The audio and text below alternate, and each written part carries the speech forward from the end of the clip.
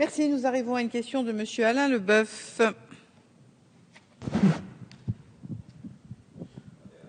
Oui, Monsieur le Ministre, je souhaite vous interroger sur la situation de nos jeunes collégiens qui auront validé leur socle commun de connaissances, de compétences et de culture à l'issue de leur troisième et qui souhaitent poursuivre leurs études sous le statut d'apprentissage.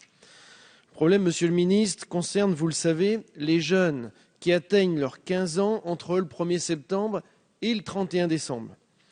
Au cours de l'examen du projet de loi relatif à la formation professionnelle, à l'emploi et à la démocratie sociale, le rapporteur Jean-Patrick Gille a fait adopter jeudi dernier un amendement à l'article 7. Cet amendement, je précise, je le lis, les jeunes qui atteignent l'âge de 15 ans avant le terme de l'année civile peuvent être inscrits sous statut scolaire dans un lycée professionnel ou dans un centre de formation d'apprentis pour débuter leur formation dans des conditions fixées par décret au Conseil d'État. Cette mesure est certes un progrès car elle va permettre aux jeunes sortants de troisième, avec l'engagement, à défaut d'une signature, d'un contrat d'apprentissage, de débuter leur formation en CFA, sous statut scolaire, en attendant leurs 15 ans révolus pour débuter ensuite le véritable contrat d'apprentissage.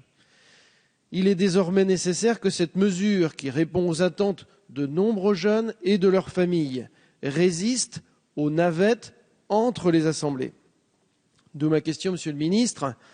Pouvez-vous prendre l'engagement ce matin que le gouvernement ne proposera pas, au cours des prochaines lectures de ce texte, d'amendements de suppression ou tout autre amendement qui empêcherait ces jeunes de commencer leur formation hors les murs de leur centre d'apprentissage, comme c'est le cas depuis la promulgation de la loi d'orientation et de programmation pour la refondation de l'école de la République. D'autre part, pouvez-vous garantir à ces jeunes en attente que le décret d'application de la future loi paraîtra le plus rapidement possible après la promulgation de la loi? En effet, les jeunes actuellement en troisième sont en processus d'orientation et il est important qu'ils sachent, pour ceux qui ont un projet d'apprentissage, s'ils pourront ou non intégrer un centre de formation d'apprentis sous statut scolaire dès cette rentrée prochaine. Merci, Monsieur le Ministre. Merci, mon cher collègue. La parole est à Monsieur le ministre délégué auprès du ministre de l'Agriculture, de l'agroalimentaire et de la Forêt, chargé de l'agroalimentaire.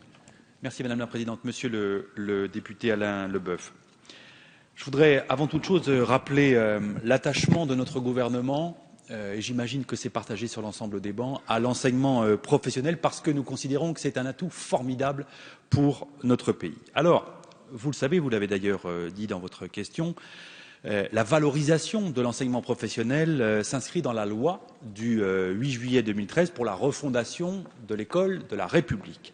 Alors, que dit la loi? D'abord, il faut être âgé de 16 ans pour être apprenti.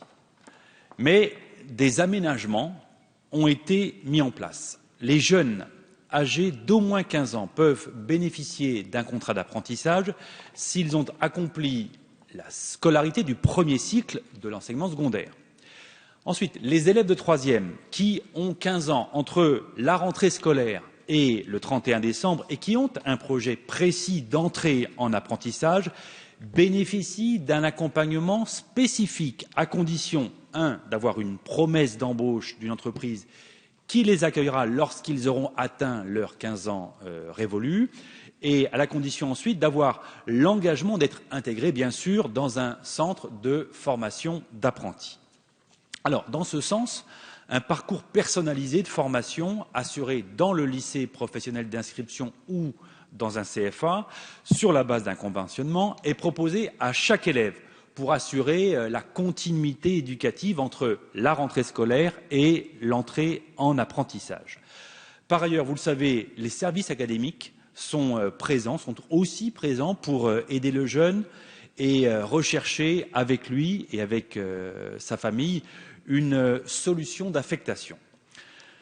Bref, monsieur le député, la volonté de notre gouvernement, et ce point est bien sûr fondamental, c'est de faire de l'apprentissage une filière choisie, une filière qui soit valorisante pour chaque jeune et non plus un choix contraint, un choix subi qui mène trop souvent à des situations d'échec.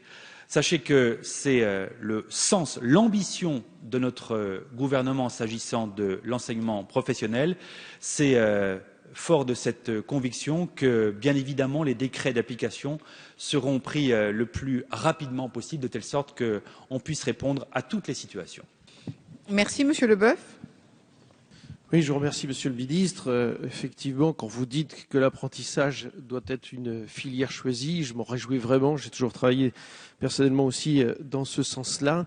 Simplement, je crois que justement, il fallait qu'on se donne tous les moyens. Monsieur le Ministre de l'Éducation nationale, Monsieur Peillon, le 27 mai, en deuxième lecture au Sénat, avait bien promis que ces jeunes qui avaient la malchance par rapport à leurs autres collègues de naître après le 1er septembre.